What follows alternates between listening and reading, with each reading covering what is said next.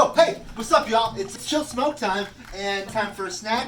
I'm feeling like some licorice, and we got some here. Gas station licorice. Found it at a gas station from some company called Joel B's. It's good. I like it.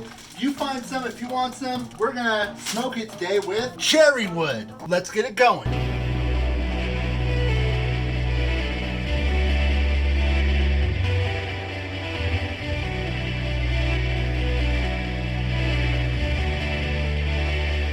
Alright, now while we're waiting, we'll try one of these. Like I said, they're good, they're delicious, they smell very cherry sweet. I would say better than your leading brand, Whistler. Person behind the camera, what do you reckon about these? They're really chewy and have a pleasant aftertaste. Now it's time to try these. The reveal.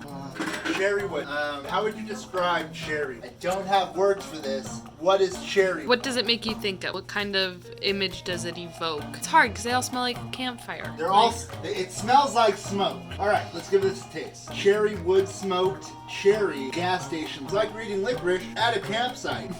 Want to give this a shot? Sure. I don't feel like the licorice absorbed a lot of the smoke flavor. This experiment, not a great one. So if you want to give that a shot, go for it. Maybe leave it in there longer or something, but I don't think that's really going to affect something with this licoricey texture. What if you like poked it with a fork and made like lots of little holes? Well, I there's plenty of like space already. There's ridges. Yeah. I don't think the surface area is really.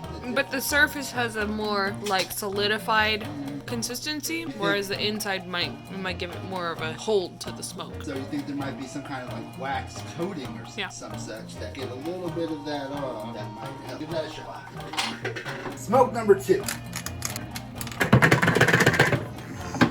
And the reveal part 2. I don't feel like that made any difference whatsoever. Still good licorice.